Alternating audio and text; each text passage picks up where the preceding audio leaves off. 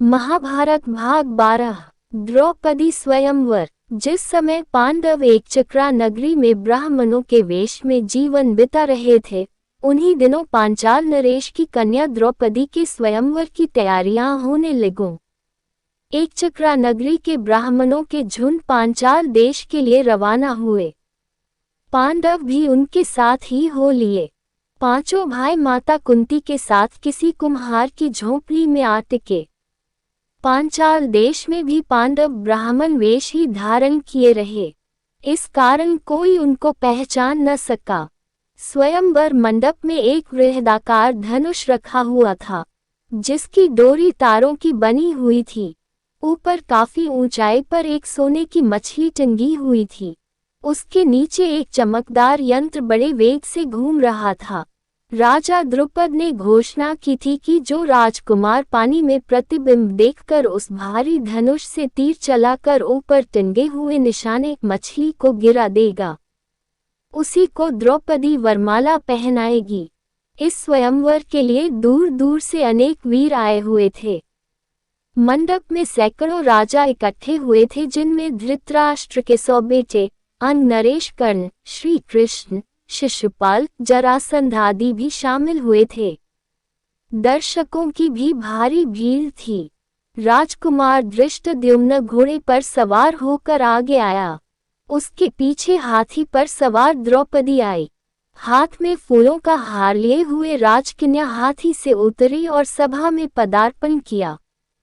राजकुमार धृष्टद्युम्न अपनी बहन का हाथ पकड़कर उसे मंडप के बीच में ले गया। इसके बाद एक एक करके राजकुमार उठते और धनुष पर डोरी चढ़ाते, हारते और अपमानित होकर लौट जाते। कितने ही सुप्रसिद्ध वीरों को इस तरह मुंह की खानी पड़ी। शिशुपाल, जरासंध, शल्य व दुर्योधन जैसे पराक्रमी राजकुमार तक असफल हो गए। जब कर्ण की बारी आई तो सभा में एक लहर सी दौड़ गई। सब ने सोचा अंग, नरेश जरूर सफल हो जाएंगे। कर्ण ने धनुष उठाकर खड़ा कर दिया और तानकर प्रत्यंचा भी चढ़ानी शुरू कर दी। डोरी के चढ़ाने में अभी बाल भर की ही कसर रह गई थी कि इतने में धनुष का डंडा उसके हाथ से छूट गया तथा उछलकर उसके मुंह पर लगा। अपनी चोट सहलाता हुआ कर्ण अपनी जगह पर जा बैठा। इतने में उपस्थित ब्राह्मणों के बीच से एक तरुण उठ खड़ा हुआ। ब्राह्मणों की मंडली में ब्राह्मण वेशधारी अर्जुन को योग खड़ा होते देखकर सभा में बड़ी हलचल मच गई। लोगों में तरह तरह की चर्चा होने लगी। तब अर्जुन ने धनुष हाथ में लिया और उस पर डोरी चढ़ा दी। उसने धनुष पर तीर चढ़ाया और आश्चर्यचकित लोगों को मुस्कुराते हुए देखा। लोग उसे देख रहे थे। उसने और देरी न करके तुरंत एक के बाद एक 5 बाण उस घूमते हुए चक्र में मारे और हजारों लोगों के देखते देखते निशाना टूटकर नीचे गिर पड़ा। सभा में कोलाहल मच गया, बाजे बज उठे। उस समय राजकुमारी द्रौपदी की शोभा कुछ अनूठी हो गई। वह आगे बढ़ी और सकुचाते हुए लेकिन प्रसन्नतापूर्वक ब्राह्मण वेश में खड़े अर्जुन को वरमाला पहना दी। माता को ये समाचार सुनाने के लिए युधिष्ठिर, नकुल और सहदेव तीनों भाई मंडप से उठकर चले गए, परंतु भीम नहीं गया। उसे भय था कि निराश राजकुमार कहीं अर्जुन को कुछ कर न बैठे। भीमसेन का अनुमान ठीक ही निकला। राजकुमारों में बड़ी हलचल मच गई। उन्होंने शोर मचाया। राजकुमारों का जोश बढ़ता गया। ऐसा प्रतीत हुआ कि भारी विप्लव मच जाएगा। ये हाल देखकर श्री कृष्ण, बलराम और कुछ राजा विप्लव मचाने वाले राजकुमारों को समझाने लगे। वे समझाते रहे और इस बीच भीम और अर्जुन द्रौपदी को साथ लेकर कुम्हार की कुटिया की ओर चल दिए। जब भीम और अर्जुन द्रौपदी को साथ लेकर सभा से जाने लगे तो द्रुपद का पुत्र धृष्टद्युम्न चुपके से उनके पीछे हो लिया।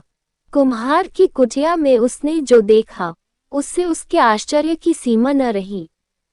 वह तुरंत लौट आया और अपने पिता से बोला, पिताजी, मुझे तो ऐसा लगता है कि ये लोग कहीं पांडव न हों। बहन द्रौपदी उस युवक की मृगछाला पकड़े जब जाने लगी, तो मैं भी उनके पीछे हो लिया। वे एक कुम्हार की झोपड़ी में जा पहुंचे। वहां अग्नि शिखा की भांति एक तेजस्वी देवी बैठी हुई थी।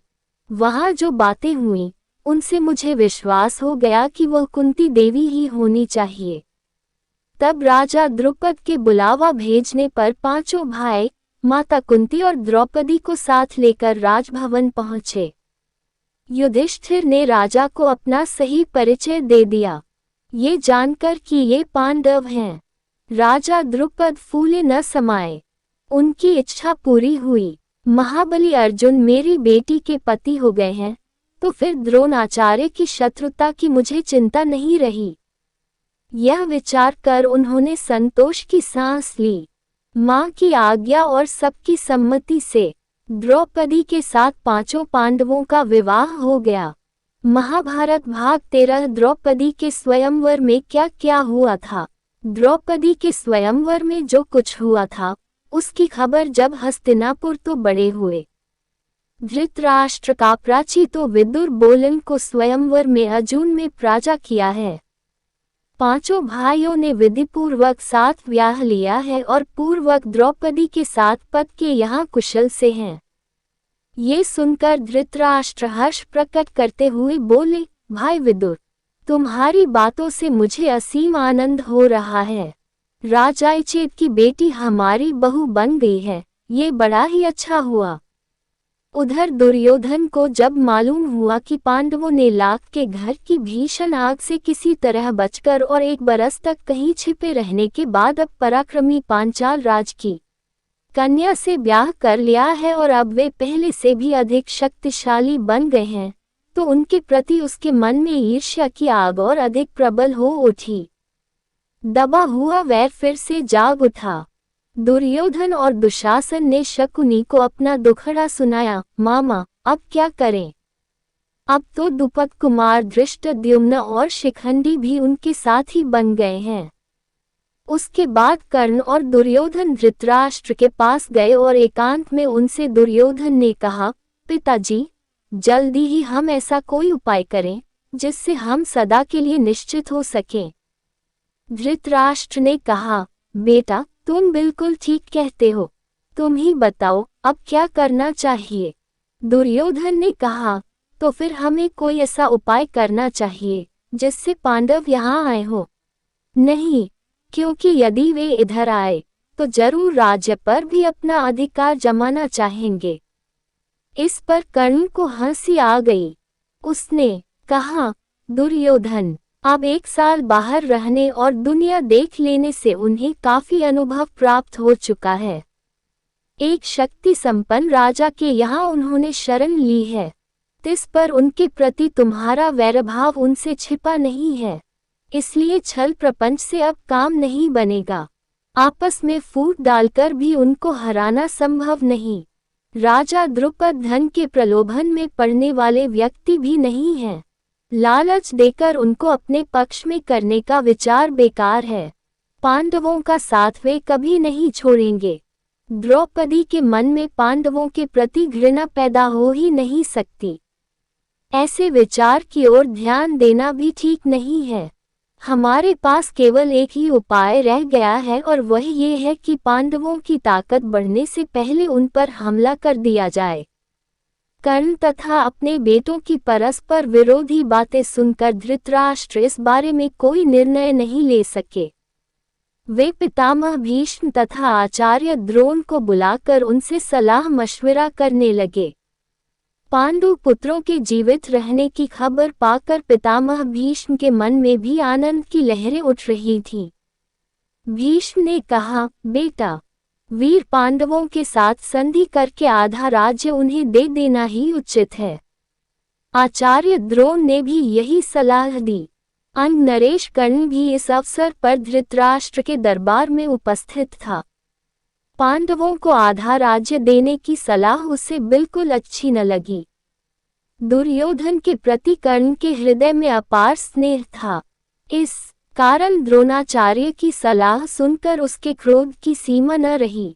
वह धृतराष्ट्र से बोला, राजन, मुझे ये देखकर बड़ा आश्चर्य हो रहा है कि आचार्य द्रोण भी आपको ऐसी कुमंत्रणा देते हैं। राजन, शासकों का कर्तव्य है कि मंत्रणा देने वालों की नीयत को पहले परख लें, फिर उनको मंत्रणा पर ध्यान दें। कर्ण की इन बातों से द्रोणाचार्य क्रोधित हो गरज कर बोले, दुष्ट कर्ण, तुम राजा को गलत रास्ता बता रहे हो। ये निश्चित है कि यदि राजा धृतराष्ट्र ने मेरी तथा पितामह भीष्म की सलाह न मानी और तुम जैसों की सलाह पर चले, तो फिर कौरवों का नाश होने वाला है। इसके बाद धृतराष्ट्र ने धर्मात्मा विदुर से सलाह ली। विदुर ने कहा, हमारे कुल के नायक भीष्म तथा आचार्य द्रोण ने जो बताया है वही श्रेयस्कर है। कर्ण की सलाह किसी काम की नहीं है। अंत में सब सोच विचार कर धृतराष्ट्र ने पांडु के पुत्रों को आधा राज्य देकर संधि कर लेने का निश्चय किया और पांडवों को द्रौपदी तथा कुंती सहित सादर लिवा लाने के लिए विदुर को पांचाल देश भेजा। विदुर पांचाल देश को रवाना हो गए। पांचाल देश में पहुंचकर विदुर ने राजा द्रुपद को अमूल्य उपहार भेंट करके उनका सम्मान किया और राजा धृतराष्ट्र की तरफ से अनुरोध किया कि पांडवों को द्रौपदी सहित हस्तिनापुर जाने की अनुमति दें। विदुर का अनुरोध सुनकर राजा द्रुपद के मन में शंका हुई। उनको धृतराष्ट्र पर विश्वास न हुआ। सिर्फ इतना कह दिया कि पांडवों की जैसी इच्छा हो वही करना ठीक होगा। तब विदुर ने माता कुंती के पास जाकर अपने आने का कारण उन्हें बताया। कुंती के मन में भी शंका हुई कि कहीं पुत्रों पर फिर कोई आफत न आ जाए। विदुर ने उन्हें समझाया और धीरज देते हुए कहा, देवी, आप निश्चित रहें, आपके बेटों का कोई कुछ नहीं बिगाड़ सकेगा। वे संसार में खूब यश कमाएंगे और विशाल राज्य के स्वामी बनेंगे। आप सब बेखटके हस्तिनापुर चलिए। आखिर द्रुपद राजा ने भी अनुमति दे दी और विदुर के साथ कुंती और द्रौपदी समेत पांडव हस्तिनापुर को रवाना हो गए। उधर हस्तिनापुर में पांडवों के स्वागत की बड़ी धूमधाम से तैयारियां होने लगीं। जैसा कि पहले ही निश्चय हो चुका था, युधिष्ठिर का यथाविधि राज्याभिषेक हुआ और आधा राज्य पांडवों के अधीन किया गया। राज्याभिषेक के उपरांत युधिष्ठिर को आशीर्वाद देते हुए धृतराष्ट्र ने कहा, बेटा युधिष्ठिर, मेरे अपने बेटे बड़े दुरात्मा हैं। एक साथ रहने से संभव है कि तुम लोगों के बीच वैर बढ़े। इस कारण मेरी सलाह है कि तुम खांडवप्रस्थ को अपनी राजधानी बना लेंस और वहीं से राज करना। खांडवप्रस्थ वह नगरी है जो पुरु, नहुष एवं ययाति जैसे हमारे प्रतापी पूर्वजों की राजधानी रही है। हमारे वंश की पुरानी राजधानी खांडवप्रस्थ को फिर से बसाने का यश और श्रेष्ठ तुम्ही को प्राप्त हो। धृतराष्ट्र के मीठे वचन मानकर पांडवों ने खांडवप्रस्थ के भग्नावशेषों पर, जो कि उस समय तक निर्जन वन बन चुका था, निपुण शिल्पकारों से एक नए नगर का निर्माण कराया। सुंदर भवनों, अभेद्य दुर्गा आदि से सुशोभित उस नगर का नाम इंद्रप्रस्थ रखा गया।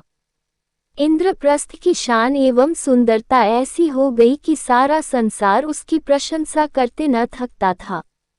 अपनी राजधानी में द्रौपदी और माता कुंती के साथ पांचों पांडव 23 बरस तक सुखपूर्वक जीवन बिताते हुए न्यायपूर्वक राज्य करते रहे। नमस्ते दोस्तों, आज हम आपके लिए महाभारत भाग 12 लेकर आए हैं, द्रौपदी स्वयंवर। अगर आप चाहते हैं कि हम महाभारत की कथाएं आपको इसी प्रकार से देते रहे तो वीडियो को लाइक करें और चैनल को सब्सक्राइब करें ताकि इस तरह की वीडियो का नोटिफिकेशन आप पर सबसे पहले पहुंचे, और इस वीडियो को ज़्यादा से ज़्यादा शेयर करें ताकि और भी लोग इस वीडियो का आनंद ले सकें।